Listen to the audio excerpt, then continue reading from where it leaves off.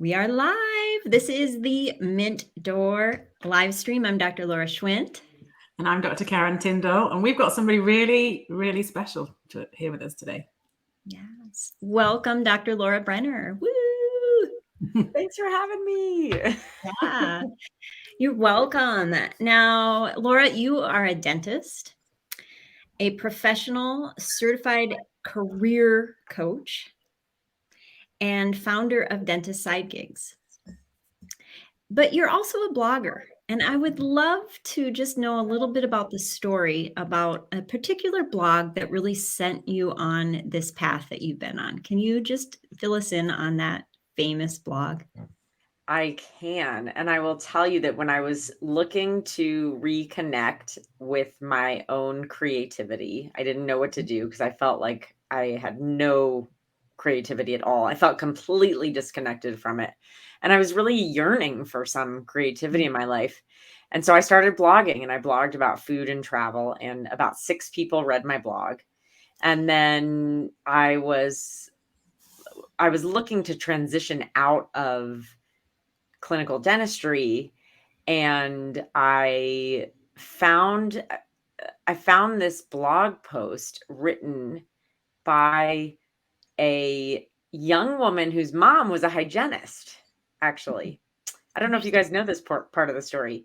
And her blog post was titled 10 Reasons I Hate the Dentist. And so I was blogging about things that I love, just trying to get my creativity.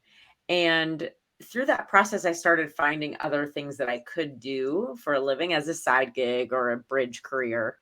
And when I saw 10 Reasons I Hate the Dentist, life was really raw, right? Like I was really unhappy about dentistry.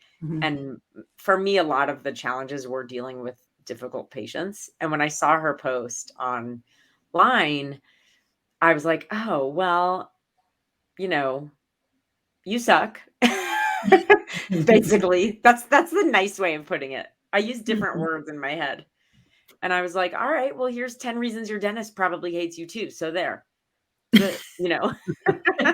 So I wrote this blog post in response to her blog post. Now hers was sarcastic and funny, and mine was sarcastic and funny. So they both are playful. We're just goofing around and having fun. But it did come out of a place of frustration on my part. But when I wrote all those words down, I was like, it was like this. I was like, like snickering. And it was so much fun. It was a release. It was fun. And then I waited until I left practice because I didn't want any of my patients to think that I was a terrible person, even though I was joking around. So once I was done in clinic, I posted it, and it's a good thing because that night it went viral. Literally, the day I posted it, that night it went viral. We had 300,000 hits to it within 3 days. Isn't that crazy? At the time, it had about 55,000 Facebook shares, but I've lost because I've changed my website URL. I've lost the stats for that. So I have no idea what it is now. But it's gone viral a couple times. And the best part about it was when I was leaving dentistry and really unhappy, I felt completely isolated, felt like a failure. I felt like something was wrong with me. I mean, everyone else could do this. Why couldn't I handle the stress? Why couldn't I get through dentistry? Why didn't I like it? It's supposed to be my dream career. And I was ashamed.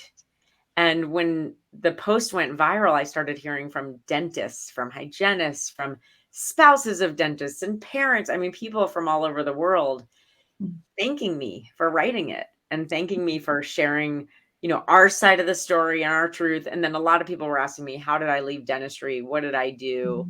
And so what was the best part about that was I started to see that, oh my gosh, there are other people who are unhappy in this career, because that's a no-no. It was always a no-no to mention or talk about.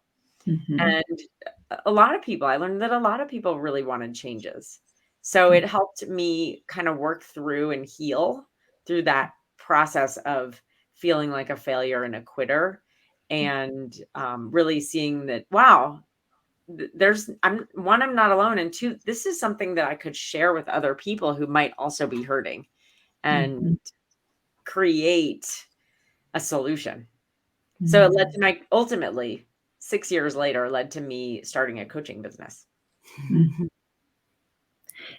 That is just such a raw story. And, I've heard you tell it in some form a few times, but this time, like every time I've heard it, it hits and it's emotional. I feel the emotion. I feel what you felt. And so, I just always want to say thank you for sharing that. And that was probably a really brave thing to do at that time.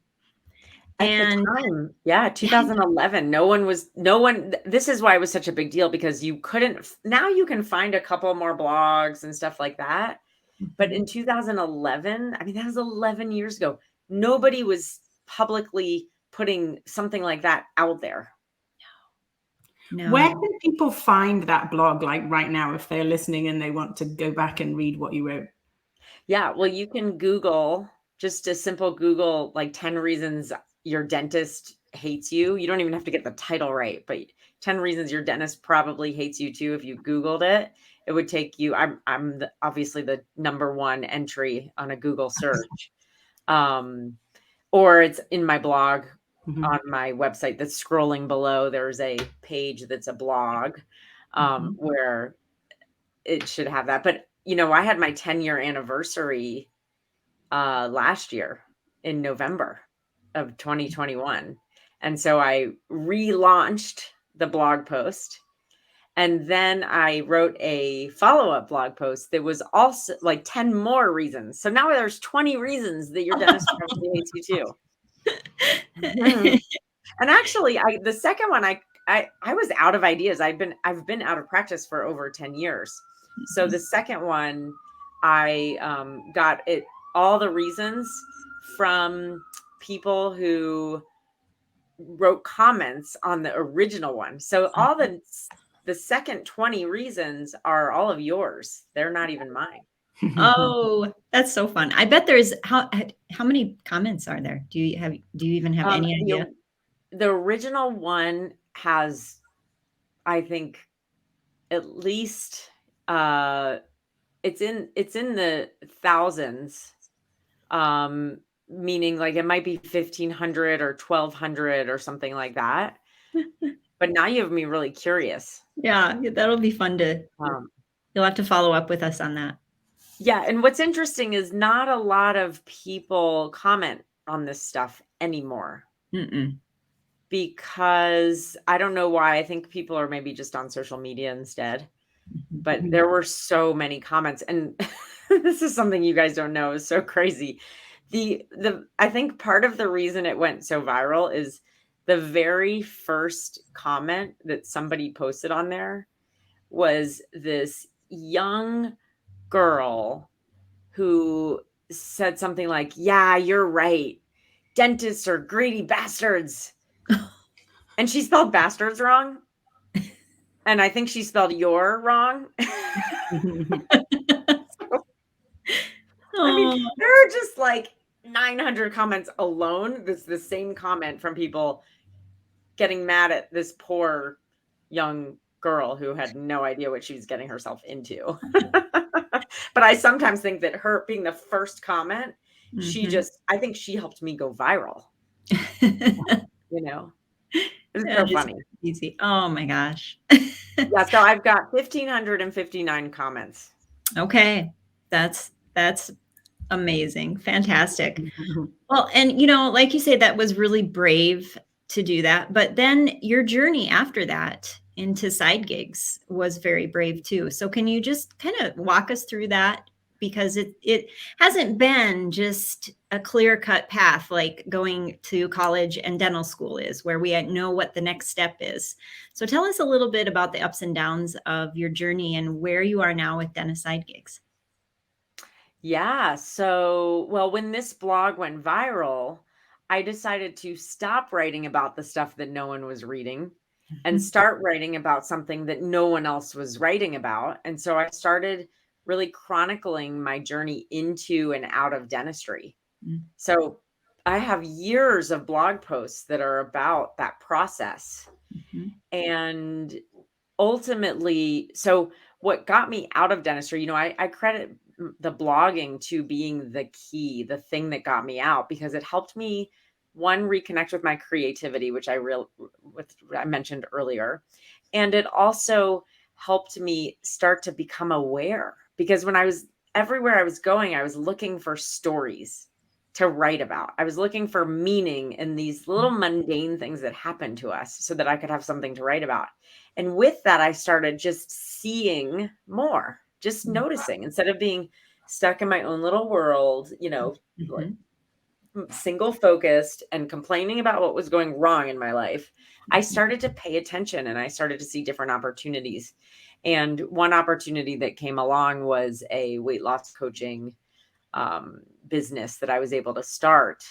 And, the way I set it up, it was pretty easy to do. I started it part-time while I was working in practice still.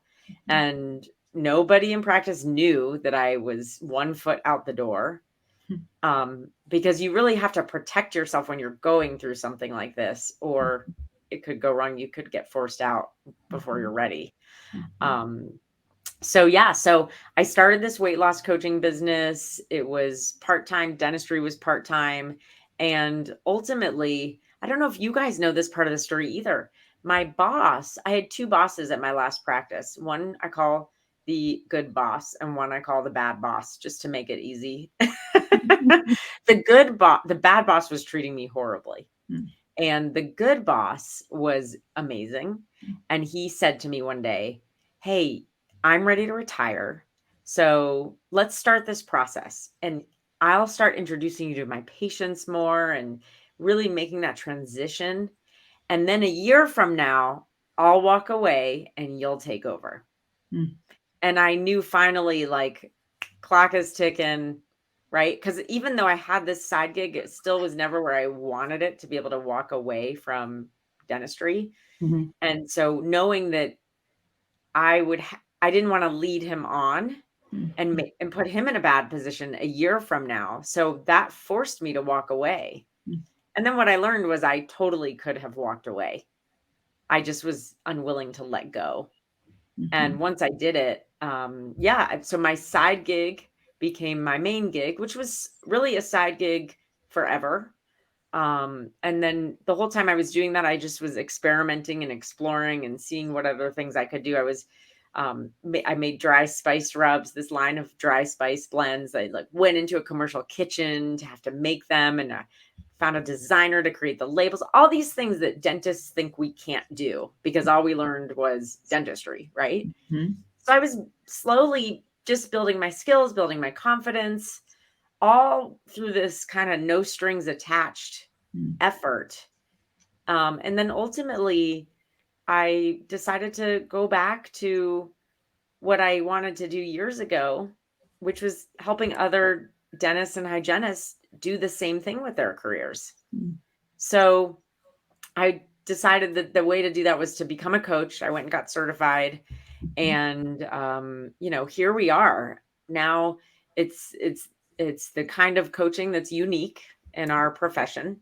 There aren't that many people doing this, but it was really important to speak up, and some people might hate my messaging. That's okay, because there are a lot of people who need it because they feel isolated and they feel alone, and they have no idea that this is not a failure, that this is just something that goes on with some of us.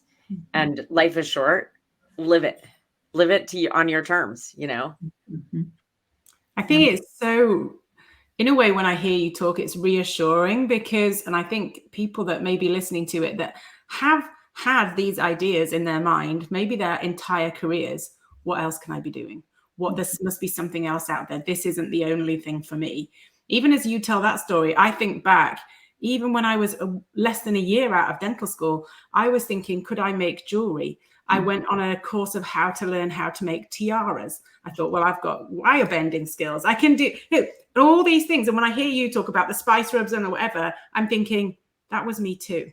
So if there's us two, Laura's thought about things, like if there's 3 of us in one room that have thought of it, how many other people out there have thought the same thing? It's so cool. And we think it, and then we dismiss it, right? We Yeah. push it away like, oh, but I couldn't ever, that would never work. Or how would I make money doing that? Or I could never leave dentistry. Or, and it's not even about leaving dentistry. It could be about the coolest thing about dentistry. Like, what other career would allow you to do this part-time and still make really good money? Like, I don't even know. I mean, there are some, but that's the beauty of this career, is that you could do it 2 days a week and then do jewelry making on the side and have fun with it, and then grow it and make some money. But we just we kind of end up self-talking our way out of it, don't we? Yeah. Understandably. Understandably, It's our culture, right? Right. We've been on this path that's been very, very straightforward in what we do. And these are our talents. This is what we have cultivated for so many years. And so we kind of just start telling ourselves stories that this is who I am. This is who I am. I'm not the jewelry maker. I'm not the spice rub maker. I am a dentist. And what I love, you have a tagline on your website that says, helping you get real about your dental career. And why I love that is because where you come from is a place of, explore your other interests, have fun, enjoy life. And if it happens to be a side gig that you do outside of dentistry alongside your dental career, or a side gig that takes you out of your dental career, period. Either way, it's beautiful because it's enhancing your life. Yeah, it's all about being honest with yourself. Right? Because I know I had you guys on, what was it, last week? Time is crazy. It feels like forever ago, but I think it was only last week. I had you guys on a live in my Facebook group. And I remember, Karen, you saying that you didn't even know anything was wrong for so many of your years in practice, right? Yeah, 100%. And so that's what getting real about your dental career is all about. Is it's great if you can cope and be positive and make the best of things. But at what point are we tolerating just good enough?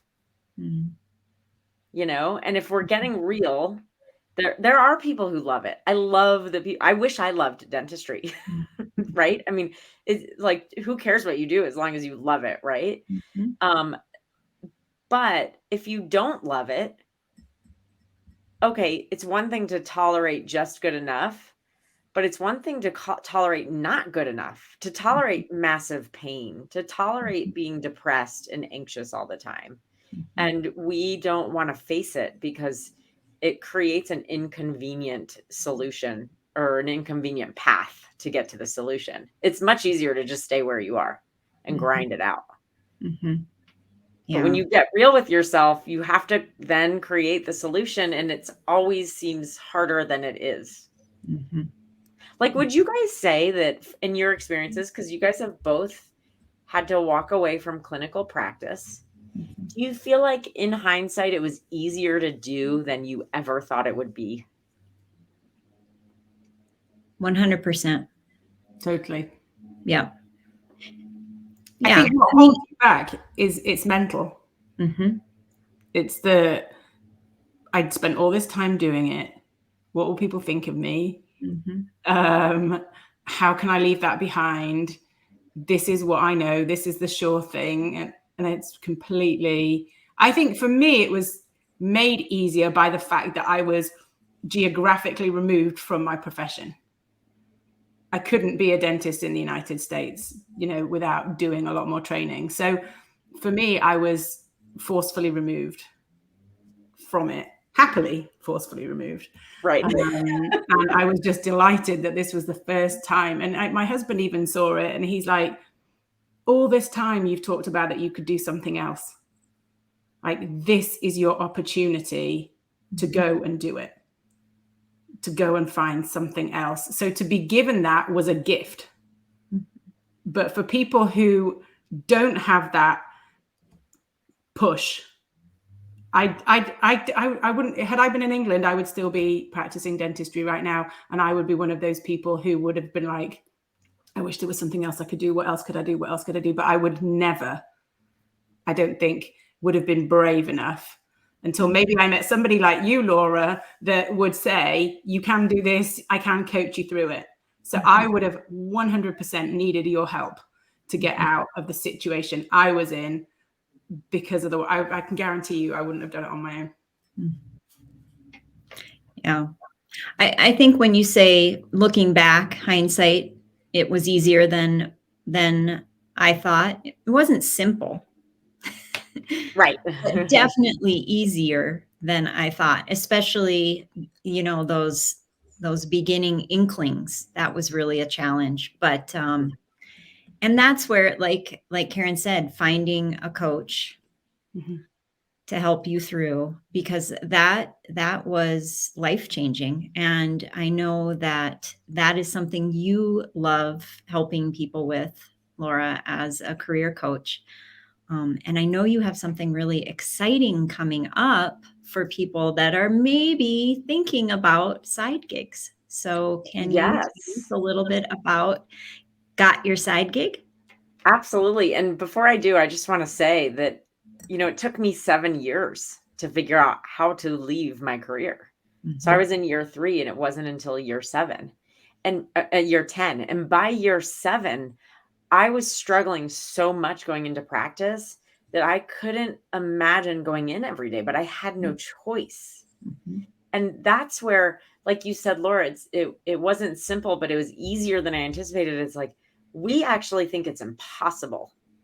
And yeah, it's not it is still a breakup, right? It's like a relationship breakup. So there is some pain involved. But the whole process, when you go through it, when you own it, when you're real with yourself, when you, you know, accept it and get proactive, it's just not as painful as the worrying about the what ifs. So, and this is why I do the work I do, is because I want to make it faster for people and I want to make it easier for people. And we all go through the same things when we're trying to walk away, the same beliefs, the same feelings, the same fears. It's crazy. Like, I look at it sometimes and I'm like, I need to write a textbook about this. You know, not just a book, but like a textbook. Because I'll talk to people and I'm like, that would be great for us dentist people, right? We'd love that. We'd be highlighting it. Exactly. So Get Your Side Gig is a half-day workshop that I'm doing with Vanessa Emerson and the Dental Speaker Institute. So she and her business are the awesome sponsors. And we're going to spend the morning, gosh, I don't know if you guys can hear it, but city living, these fire trucks keep driving by while I'm talking. So all I can say is city living. It is what it is, right? It is real. It's real life.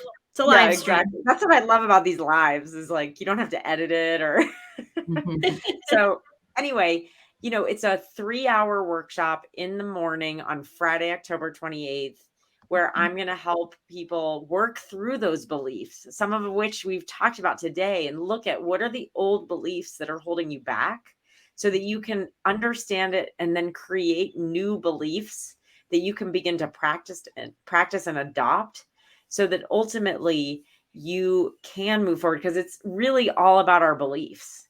And then after we do that, we're going to look at, who are you? What's important to you? What do you like? Because that's the problem, right? Is we think, oh, I could make jewelry. Oh, I could make tiaras. I love tiaras. That's hilarious, by the way. I've still got the manual of how to do it. Somewhere filed in that cupboard. Well, you never know. You better make her one. You better make Laura one, Karen.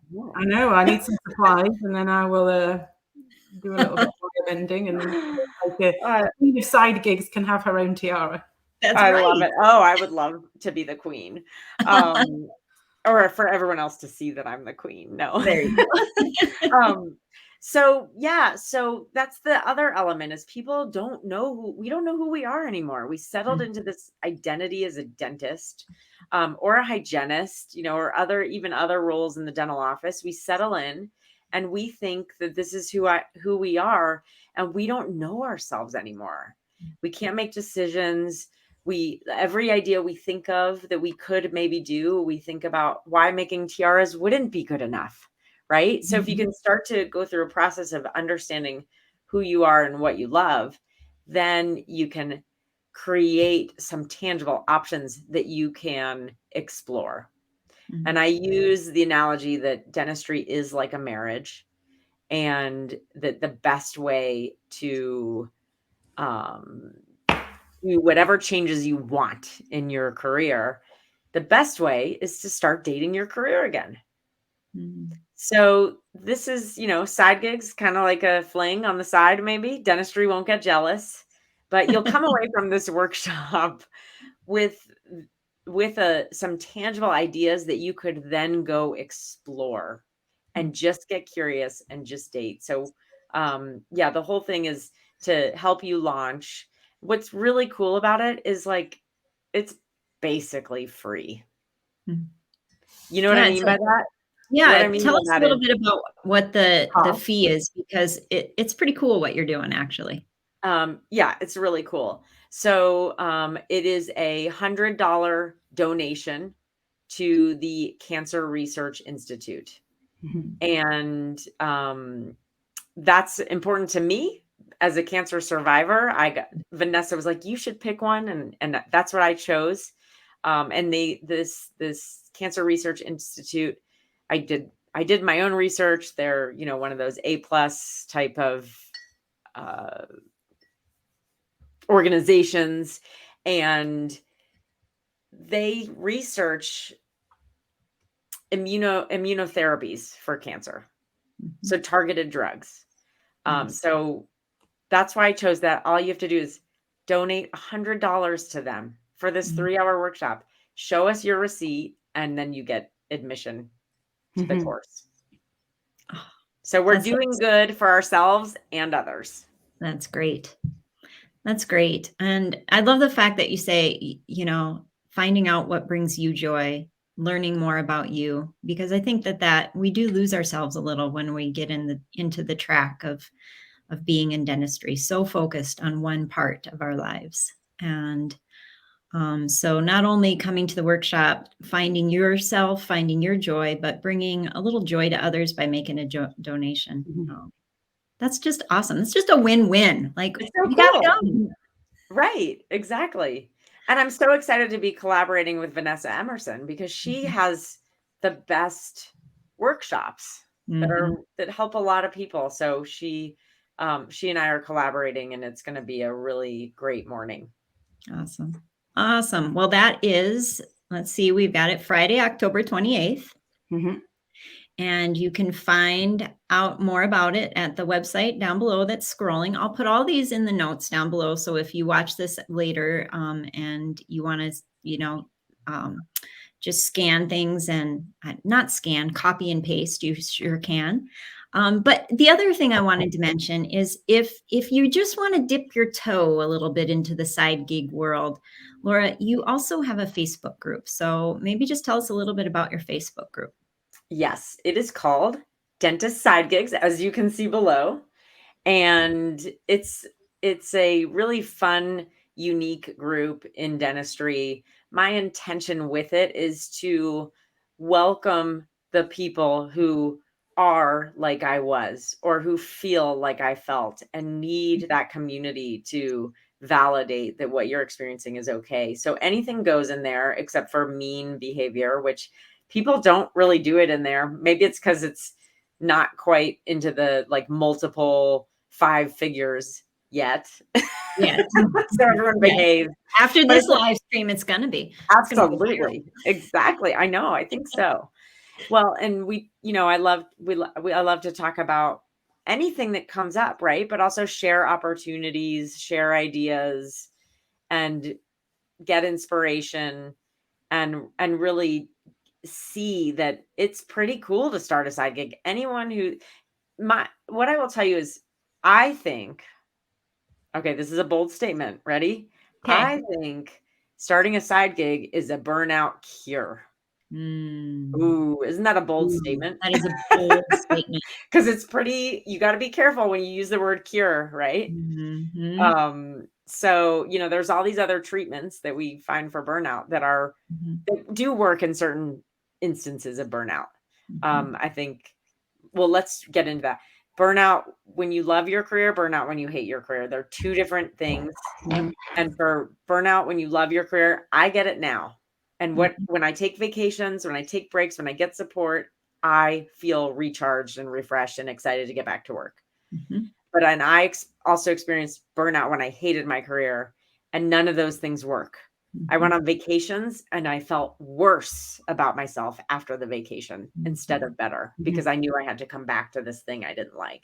Mhm. So this is, let's just say, let me refine that statement. This is the cure for burnout when you don't love what you do. Mm. And Uh, it works. Everyone I know who starts a side gig, their dental practice gets better. They're mm. happier in dentistry. Mhm. Well, and I'll make a bold statement. Okay. I think that side gigs are the best form of self-development out there. Mhm. I Because you would really have agree. to do some soul searching when you start your side gig. And Mhm. action, right? Like, how In many times have action. you guys read those personal development books, which are great and I love, but Mhm. then you just read it and then put it away and never really do anything because it's all in your head. But with Mhm. this, you have to get into some kind of action, so it's going to Mhm. make you better. Yeah. Yeah. So I will say, yep, go ahead, cure burnout and best self-development out there. I think we got the corner in the market on those two bold statements today. Yeah. So I love it. Well, and I'll tell you guys, so I finally quit my side gig, which was the weight loss coaching. I gave it up about 2 months ago. Mhm. And ah, I did it for like 10 or 11 years. It ran its course. I was done with it and I finally gave it up. So now I'm looking for another side gig. oh And my I goodness. am. Like we've talked about this. I am looking at real estate. Mhm. Mhm. So, we evolved 10 years ago, real estate wouldn't have interested me. Mhm. But now it does, right? And Mhm. so now I'm going, okay, I'm helping people do the side gig thing. I need to start doing it too because you feel better about your main job when you have your hands in different pots. Mhm. Mhm. Yep. And it's more fun.